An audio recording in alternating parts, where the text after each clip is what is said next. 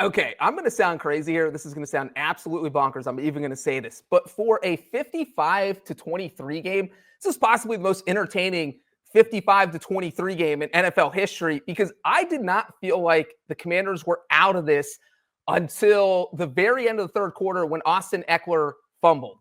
So we're talking, in 55-23, you just think it's a blowout the whole way. You could turn the TV off at halftime and go feed your cats or something, or go to the hotel bar in Renner's case.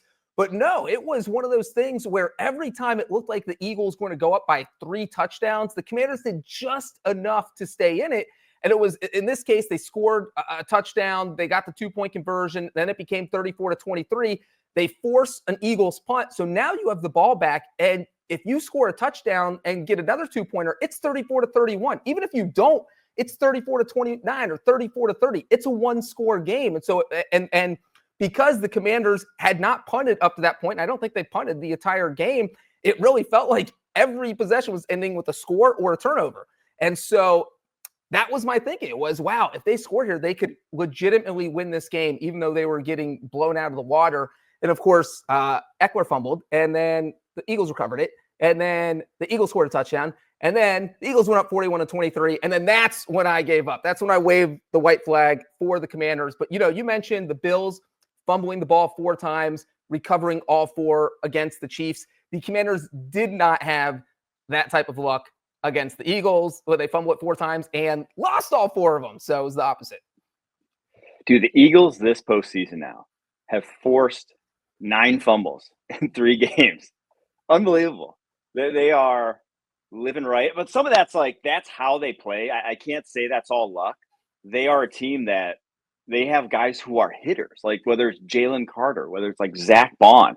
And actually that one forced fumble was kind of like I don't think I've ever seen it before, where it was like an assist, where it was Zach Bond hit Blankenship's hand, and the power of the hit onto Blankenship's hand drug the ball out. I don't know if you saw that replay closely. I don't know how they determined who got the forced fumble, but that was I would give it half forced fumbles. I don't think they do that for forced fumbles. They only do it for sacks, but I think they both deserved a 0.5 for that one. But this Eagles defense, this Eagles team is just so absurdly talented. This game, to me, gave me a little PTSD because it felt like the national championship game, where the very first drive, you have this incredible 4th down laden, we're in this, we're doing everything correctly. Now this one ended with a field goal, Notre Dame's ended with a touchdown, but then right back, the other team comes back and you're just like, okay, they're the better team. We're going to have to basically, in the very first play, Saquon goes 6 yards. You're going to have to do something to overcome this.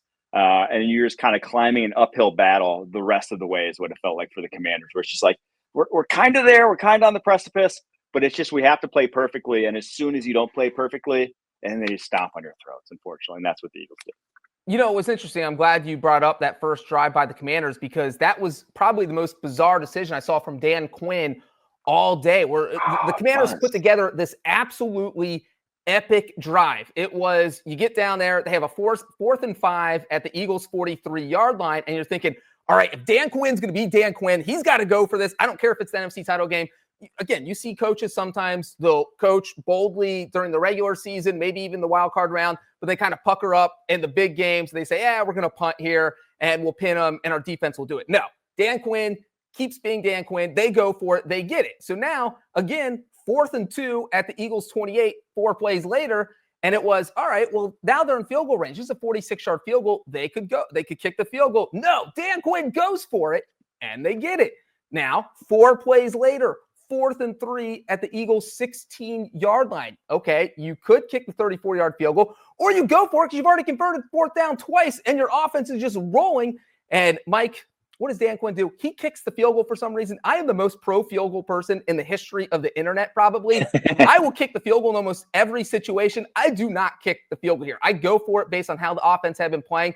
And that really felt like it wasn't just that they only took 3 points there. When you add that to Saquon scoring on the Eagles' first offensive play, it felt deflating. So if the Commanders had gotten a touchdown and Saquon ties it up 7-7, it's a different dynamic. But Saquon's touchdown giving them a 7-3 lead, it was like, oh boy, the Commanders are in trouble.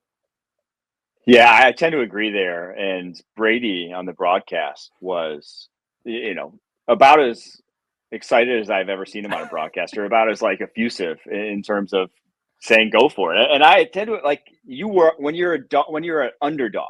If you're the Eagles in that situation, you've converted a few. Sure, take the points. You're expected to win. You have the better team. You're the front runners. But when you're the underdog, you're supposed to take the chances. You're supposed to come on the positive side of variance to get that win. And I tend to agree. I don't think it would have changed the outcome. I think the Eagles, again, they were overmatched. You gave up 200 yards on the ground last week. You gave up over 200 yards on the ground this week. Like, it was going to happen. I think the Commanders, I don't know what the record is for a team giving up rushing yardage in the postseason and not making the Super Bowl, but they got to be close because they gave up over 500 yards in 3 games this postseason on the ground. So it was going to get ugly at some point, but you knew you had to go score for score. And so that one was a bit surprising. A couple of things that I wanted to talk about, though, in this one. The first one, I tweeted about this a little bit, but the Saquon late hit, the announcing team defending that was gross to me. Tom Brady, the guy who's like, let him play football, let him, let's go back to, 2003 when I was winning Super Bowls and how we used to ref it then. To call that, where I think contact was legitimately made before he even touched out of bounds, one. Mike Sainristil and Saquon Barkley along the sideline. And 2, Sainristil, I thought, touched him inbounds. I don't think a part of Sainristil was actually out of bounds. I think the shoulder that he hit was still in bounds when he started making contact. To me, using that sideline as like this sort of place where defenders can't go, it just makes it impossible to play defense there. So you can kind of just like creep up the sideline as long as you want. And you're in this kind of protected class where defenders really can't hit you big because they're afraid of it. I think it's a terrible precedent to set, to have a quick trigger on plays like that. Yeah, it is interesting that they threw a flag here. Like, I get why they did, because Saquon Barkley definitely was not going to cut back in. He was kind of, his momentum was taking him out of bounds. He was going out of bounds. And when you're talking about a star players are going to get that treatment. Well, like you said, it is bang, bang. And if defenders start to slow up in that situation, especially against a running back of Saquon Barkley's stature, and he does cut back in, he's just going to run you over. And so you have to be worried about that. You have to make sure they have no chance of doing that. And so maybe it was because the hit was kind of hard and Barkley went down hard. I think if he maybe just pushed him, they probably don't throw the flag. It was definitely the severity of the hit was why it got flagged. And I mean, it was one of those things where it's just, that's how they officiate now. It's a little ticky-tacky. They probably shouldn't have thrown the flag, but just it would suck to be. And I saw a lot of defenders in the NFL tweeting about this when it happened. Like, how are we supposed to play defense in the NFL now? And you know what? That's a great question. No one knows.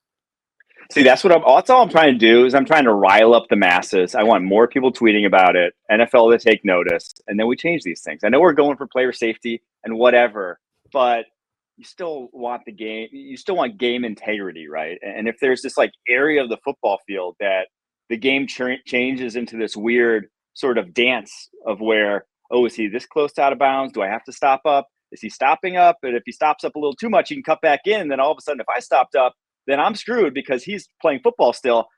I don't like it. The game should be the game. And if you want to protect yourself, in that situation, Saquon Barkley had about 8 yards between him and Sainristil when he knew that he was going to go out of bounds. He could have protected himself, stopped, jumped out before that hit happened. If he really wanted to protect himself, guys are fully capable of doing that. They don't need this out of bounds sanctuary to be their hope of protecting themselves. So I'm a little upset about it. All right. Other storylines from this game. Jalen Hurts actually, played well. And this was the best we've seen him play in months now. I think 20 of 28, 246 yards, a touchdown pass. Pretty much all of those incompletions were him scrambling around for 8 seconds, running to the sideline, throwing it away. I mean, he was, when he was actually dropping back and targeting receivers in that game, he had himself his best performance, one of his best performances of the season. Yeah, absolutely. And I think that was probably the most surprising thing of the entire game, because there was really no talk about leading up to this game about who was going to play better between Jaden Daniels, a rookie, and Jalen Hurts, a quarterback who's led his team to a Super Bowl. It was just believed that it was going to be Jaden Daniels, that it was, can the Eagles defense shut down Jaden Daniels? You didn't hear any can the Commanders offense shut down Jalen Hurts? Because that wasn't a thought anyone had. It was, can they slow down Saquon Barkley? And so you look at what Jalen Hurts had done really since Thanksgiving. In the regular season, he had only thrown for over 200 yards once in his final 7 games. So just hadn't been there. Plus you throw in the knee injury. And even in the playoffs, we've seen him, he loves to slide. He's not trying to take big hits. And so he just really hadn't been that dynamic playmaker that we saw maybe the last couple of years. And then boom, that guy just showed up. I don't know where he came from. I don't know if he did time traveled and brought his 2023 version back, but that's really what it looked like. He was playing smart football, made smart throws. I thought one of the best throws of the day by any quarterback in either game was the 4th down play to A.J. Brown, where, look, the smart thing is to throw short there. Yeah. Not you don't want to make a lot of high risk on a 4th and 5, but he throws it right up, lays a dime into A.J. Brown, 31-yard game. And that was one of those where it really felt like the game could have gone either way if Eagles had failed there. That was in the first half, but they didn't. And then they ended up scoring a touchdown. And yeah, Jalen Hurts looked awesome. Also, how about Marshawn Lattimore immediately finding his next sparring partner? Changes divisions. Everyone laments we're not going to get to see the Mike Evans. We got in the playoffs, but we're not going to get to see it again twice a year.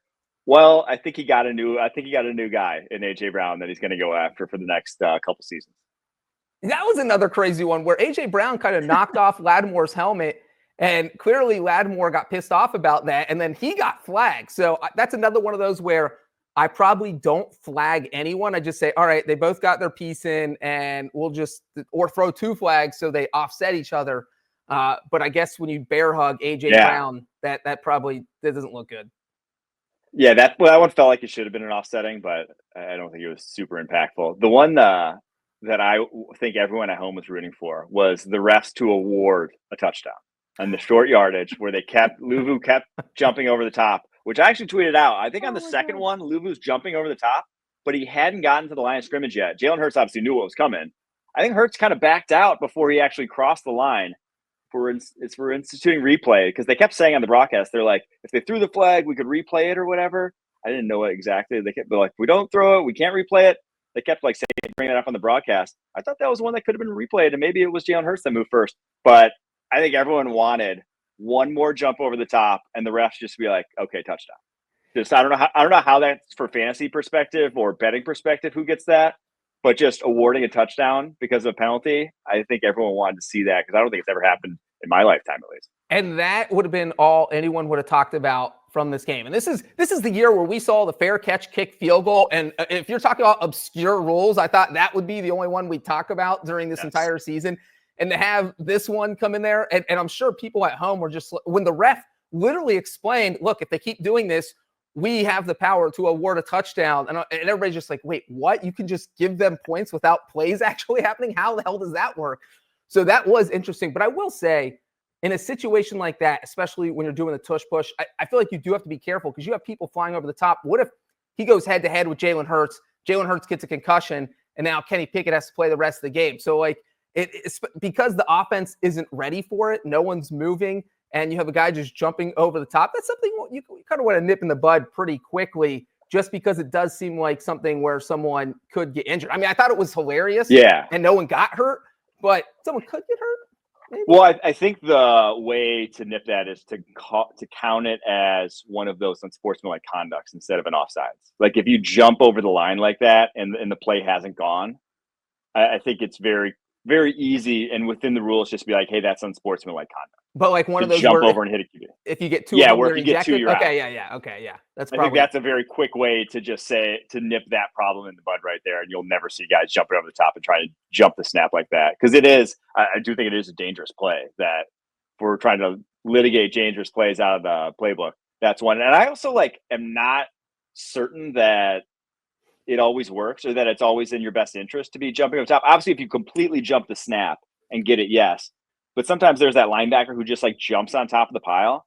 Sometimes I think they're better served to just push from behind themselves, and they're actually just adding more weight on the pile and not actually doing any good for their defense. But like I said, I do think that could be litigated out. Any other storylines from this one you wanted to hit in a kind of a snoozer by the fourth quarter there, besides Will Shipley maybe going for that 57-yarder at the end? Well, as a special teams guy, I have to give a shout out to Tress Way for just throwing an absolute dime on a fake punt. First of all, you just don't see teams call fake punts in the first quarter because usually it is a high risk move, and you usually don't call that play unless your back is against the wall, and no one's back is against the wall in the first quarter of a game. So it was a huge call, and to see Tress Way, it wasn't a dink or dunk. He threw that thing legitimately 20, 25 yards downfield, and it was a perfect throw. And at that point, it was like, okay, Dan Quinn is not here to mess around. He's letting his punter throw bombs. And of course, they did convert that, but it didn't matter because, again, they lost 55-23. So this is why we're talking about minor highlights like a punter throwing a pass.